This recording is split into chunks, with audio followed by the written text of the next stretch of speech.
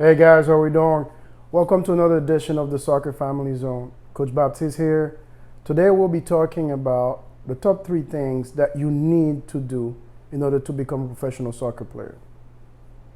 Very often, a lot of people keep saying to themselves, I have all the right attributes. I have a very good first touch. I actually listen to what my coaches are asking me to do. I apply it in a game situation. I see these guys on TV. I'm way better than them. How come I cannot become a professional player?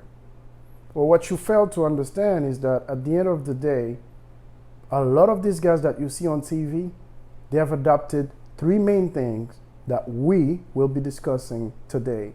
So hopefully it can help you in turn to become a professional soccer player. See you guys soon. Hey guys, welcome to another edition of the Soccer Family Zone. Coach Baptiste here. As I previously mentioned, today we are talking about the top 3 things you need to do in order to become a professional soccer player. The very first thing that you can do, and doesn't cost you anything, is having the right attitude. Yep, that's right. Attitude is probably the most important asset that you have.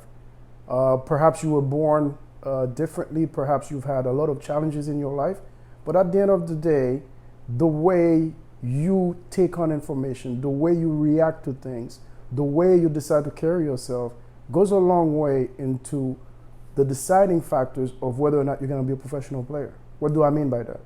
Let's say you go on trial at a club. Your demeanor is that after each mistake, you're down on yourself. You're literally ready to drag yourself off the field. That is not the attitude that a coach wants to see in a player. Attitude also means, how do you fight on and off the field to achieve your dreams? And it's not so much about not quitting, it's actually understanding the space that you're in and what you need to do in order to drive forward.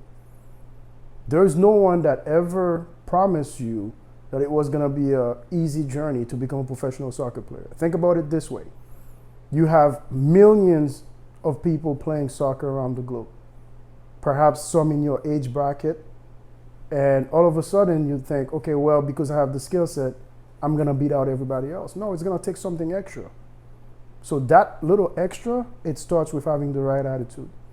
The right attitude means when you're training, you have to go for that one more set, that one more rep.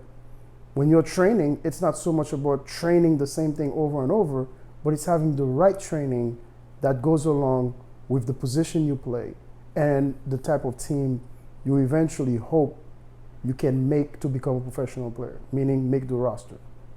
So you got to have the right attitude no matter what. The second thing that you can do right here, right now, to help your cause to become a professional soccer player is to actually have a gratitude mindset, right? You have got to probably reach out right now to one of your previous coaches, some of your peers that played along with you and actually taught you something about this game. Just say thank you. By being thankful, by actually making sure you reach out to people for the sake of just reaching out and ensuring that you made them feel how grateful you are that they've contributed to your journey thus far in the soccer world, trust me, one of them or someone in this universe might give you a call back and say, hey, look, I've seen this tryout in this place. I know this coach. I know that person.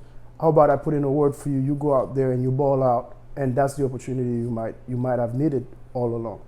By having that gratitude mindset, you do certain things without expecting anything in return, and that's when you get showered with blessings. So you got to have a gratitude mindset and a gratitude attitude, so to speak. So that's the second element. What is the most important thing you can have, though? Again, I talk about attitude, gratitude, but the most important thing is to actually have that flexible resiliency. This is a $2 word to say you got to have a never die attitude, never quit attitude. By the same token, you got to remain flexible. What do I mean by that? You show up on a team, you make the tryout, and obviously they invite you to preseason training. When you show up to preseason, you try it out as a striker. But now you're in preseason, the coach tells you, hey, I have an issue at right back, I want you to play right back. As a guy that's been looking for an opportunity all these years, you tell the coach, nope, I don't play right back. Thank you very much. You're not being flexible. Sometimes you have to realize you got to play the long game. If you're a soccer player, no matter where they put you on that pitch, you are living your dream. Bite it out, wait your time. If you have to be the right back, be flexible enough. But again, remember, you need to be resilient. From that standpoint, you need to play, you need to actually be on the field, understanding that your time will come to play your position. There are several examples I can give you. Merritt, who actually was playing Sunday morning leagues in England to eventually become a national team player for the United States. People like Gennaro Gattuso, who played for Italy, who have tremendous stories on how they became professional players.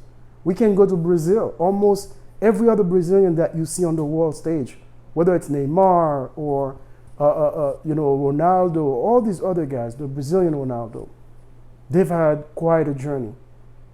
So you have to be appreciative, again, of those qualities that you've already had in yourself that perhaps you turn off for a while now because you're so bitter about not getting that chance to become a professional player.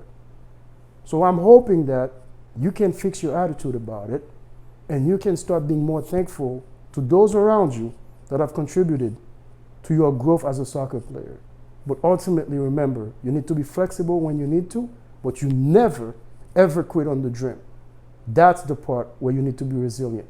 On those tough nights, those tough training sessions, that resiliency is what's going to carry you through.